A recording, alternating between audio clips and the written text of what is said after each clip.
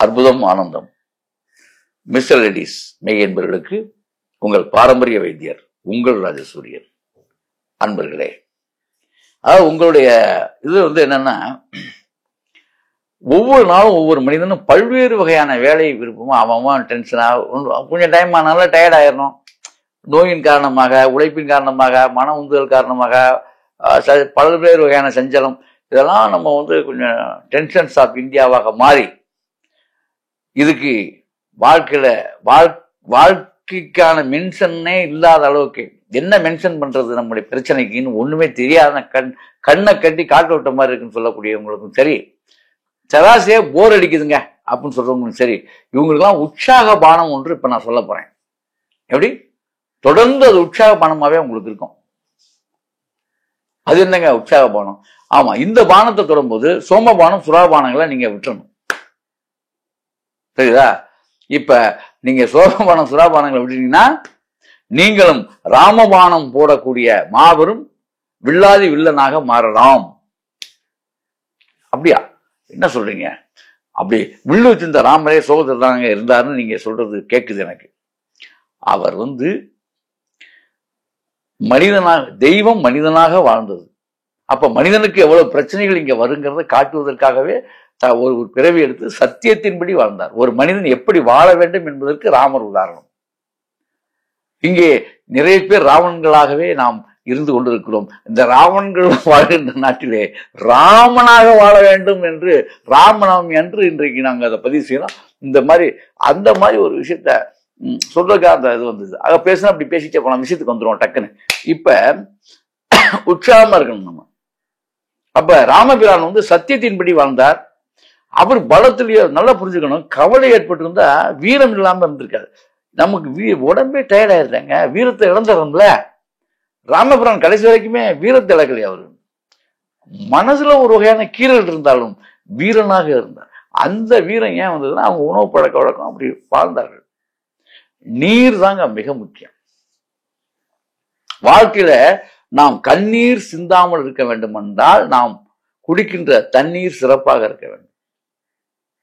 என்ன அப்படி சொல்றீங்க? ஆமாங்க. அப்ப என்ன மாதிரி குடிநீர் பானம்னா நான் குடிநீரத்தான் சொன்னீங்களா? நாங்க கூட என்னமோ சொல்ல வர்றீங்கன்னு பார்த்தோம். அப்படிங்கிறீங்களா? இதுதாங்க மிக முக்கியம். ஏன்னா நீங்க அடுத்த நிமிஷம் அந்த உடம்பு கேட்கறது என்னன்னு கேட்டீங்கன்னா, ஃபர்ஸ்ட்ல கேட்கறது தாகம் எடுத்து தண்ணி கேட்கும், அதுக்கடுத்து சாப்பாடு கேட்கும். இது ரெண்டு தானங்க வாழ்க்கையினுடைய மிக முக்கியம். பிரபஞ்சம் படைத்த இந்த உடல் இந்த இரண்டையும் கேட்கும், வேறு எதையுமே அது கேட்பதில்லை. ஆனால் அதை சரியாக நீங்கள் கொடுக்காததால் தான் இவ்வளவு பிரச்சனை வருகிறது என்பதை நீங்கள் புரிந்து கொள்ள வேண்டும். புரியுதா? இவ்வளவு நீங்க ஒன்றும் தனியா எங்கேயும் கொடுக்கல, இதே பிரபஞ்சத்திலிருந்து வாங்கி தான் உள்ள கொடுக்குறீங்க. இப்ப நம்ம ஒரு வேலையை செஞ்சுட்டு இருக்கோம். நம்ம அறிவுபூர்வமா என்ன வேலை தெரியுமா செஞ்சுட்டு இருக்கோம்?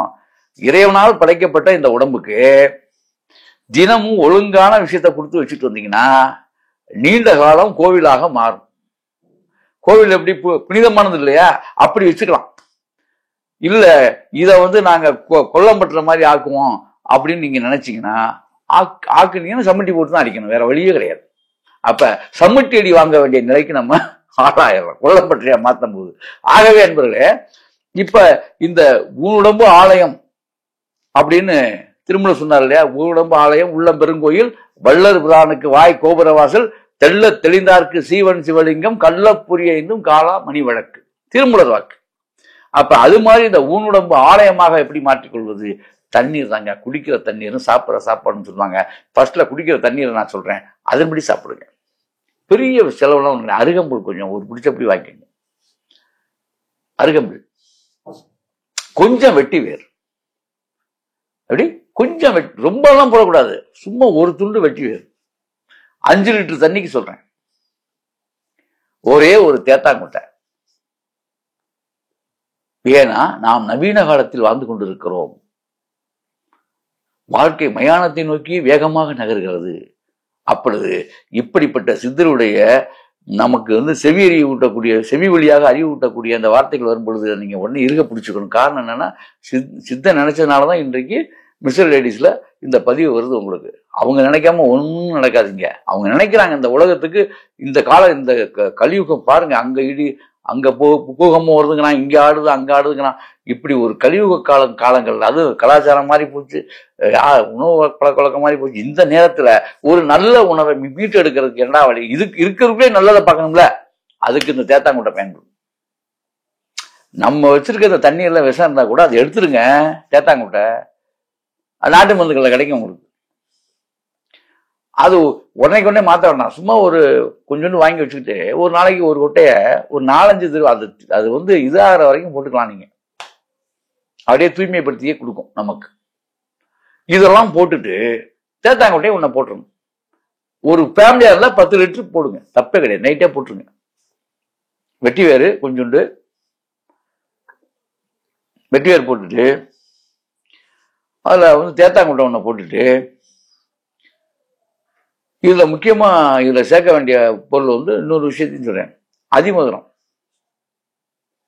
ஒரு குச்சி அதில் போட்டணும், அதிமதுர குச்சி. அதை போட்டுட்டு ஒரு 20 கிராம், ரொம்பலாம் போடக்கூடாது, 20 கிராம் தான் மிளகை. 10 கிராம் 20 கிராம் மேல போடக்கூடாது. நான் சொல்றது ஒரு கிட்டத்தட்ட 10 லிட்டரா இருந்தா ஒரு 10 கிராம், 20 லிட்டரா இருந்தா 20 கிராம் மிளகு, அவ்வளவுதான். அதை நீங்க போட்டணும். போட்டு அருகம்புல் ஒரு பிடிச்சபடி நல்லா அலாசிட்டு அருகம்புல்லையும் அதில் போட்டணும். இரவே போட்டு வச்சிடணும். அதே மாதிரி துளசி ஒரு பிடிச்சபடி துளசியும் அதில் போட்டணும். அவ்வளவுதாங்க. இது போட்டுட்டு காலையில எழுந்து சும்மா இந்த பானையில இருக்கணும், அதுல இருக்கணும். உங்க வீட்டுல என்ன ஒரு பித்தளை பாத்திரம் தான் கூட சரி, அதில் கூட போட்டு வைங்க. காலையில் அதே மாதிரி செப்பு பாத்திரமா இருந்தா ரொம்ப நல்லது. செப்பு பாத்திரமாக இருந்தா ரொம்ப நல்லது. அதை போட்டு வச்சுட்டு காலையில் எந்திரிச்சு தண்ணியை மட்டும் குடிங்க. இதை விட ஒரு சிறந்த தண்ணீர் உலகத்திலேயே இல்லை. குடிச்சீங்கன்னா விடவே மாட்டீங்க. எப்படி? இதை குடிச்சீங்கன்னா இது நன்னீர். உடம்புல ரத்தத்தோட நிணநீர்னு ஒரு நீர் ஒண்ணு கலந்து ஓடிக்கிட்டே இருக்கும். இது உங்களுக்கு புரியாது சொன்னாலும், மருத்துவர்களுக்கெல்லாம் தெரியும். நிணநீரும் ஓடும் உடம்புல. என்ன சொல்றீங்க, எவ்வளவு நாளா ரத்தம் தானே ஓடுதுன்னு நினைச்சோம், தண்ணியும் ஓடிக்கிட்டு இருக்கா? ஓடுது. அது மட்டும் இல்ல, நீங்க வெளியில பாக்குறீங்களா மின்சாரம் உடம்புல இருக்கு. அண்டத்தில் உள்ளதே பிண்டம், பிண்டத்தில் உள்ளதே அண்டம். சித்தன் வாக்கு அப்பவே. இன்னைக்கு சயின்ஸ் நீங்க சொல்லிட்டு இருக்கீங்க, சித்தன் அப்பவே சொல்லிட்டான். அண்டத்துல என்னெல்லாம் நீ பாக்குறியோ அது பூரா பிண்டத்துல இருக்கலாம்னு சொல்லிட்டான்.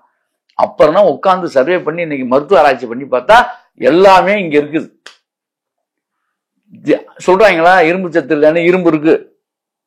உடம்பு எல்லா விதத்தையும் வாங்கி உள்ள வச்சிருக்கு. நீங்க வெளியில பாக்குற இரும்பு இருக்கு, ஈயம் இருக்கு, பித்தாளம் இருக்கு, தாமிரம் இருக்கு, துத்தநாகம் இருக்கு, செம்பு இருக்கு, எல்லாம் இங்க இருக்கு. இதெல்லாம் பஞ்சபூத சக்தி. அதே மாதிரி இந்த காற்று, நீர், நிலம், நெருப்பு, வான் சொல்றேன், இதுவும் உள்ள இருக்கு. ஆக இதெல்லாம் மொத்த உருவமாக மனிதர்கள் நாம் செயலாக்க முடியும். நாம எப்படிப்பட்ட ஆளு? அப்ப நம்மளை நம்ம மதிக்கல, நமக்கு தெரியல. இந்த தண்ணீர் இருக்க, நான் சொன்ன தண்ணி பஞ்சபூத சக்தியை உருவாக்கு. நான் விளையாட்டா சொல்ல, இதுல பாத்தீங்கன்னா பஞ்சபூத கலவையல். இதை சாப்பிட்டீங்கன்னா நெஞ்சை நிமித்தம், அப்படி நெஞ்சை நிமித்தி அப்படி போலாம். அப்ப ஒரு கம்பீரம் ஏற்பட்டு விடும். அது மட்டும் இல்ல, உடல் நோய்களை தீர்க்கும் நண்பர்களே, நுரையீரல் இருந்து. அது மட்டும் இல்ல, உங்களுடைய மனக்கவலையை போக்கும். இந்த தண்ணீரை குடிச்சு பாருங்க. அப்பதான், நான் சும்மா வாயில சொன்னா உங்களுக்கு புரியாது. இந்த தண்ணீரை நீங்கள் பருக பருக உங்கள் கண்ணீர் துடைக்கப்படும். உண்மை. ஏதாவது ஒரு விஷயம் முடியலன்னு சொல்லி வருத்தத்தில் இருப்பீங்களே, இயற்கையாகவே இந்த தண்ணி குடிச்சோடே 2 நிமிஷம் அந்த வருத்தம் காணாம போயிடும். அதுக்கு ரெமெடி கூட கிடைக்கலாம், பிரபஞ்சத்துடைய அருள் அது. ஆக இந்த மாதிரி ஒரு சப்படி. இப்ப நிறைய பேர் போதையெல்லாம் போடுறீங்களே, ஒரு மன நிம்மதியே இல்லைங்க அப்படின்னு. அதுக்கு நிகரானது இது. இது அவ்வளவு, அது இது வசந்தத்தையே வாரி வழங்கும். அது தொடர்ந்து 48 நாள் குடிக்க ஆரம்பிச்சீங்கன்னா உடல் உஷ்ணம் தணிஞ்சிடும், கண் ரொம்ப பொலிவு பெறும். புரியுதா? கண் நோய் தீரும், அழல் நோய் தீரும். அழல்னா வெப்பம், உடலில் அழல் தீரும். இந்த மாதிரி. ஆகவே அன்பர்களே, இப்படி செய்து அப்படி வாழுங்கள். அற்புதம், ஆனந்தம்.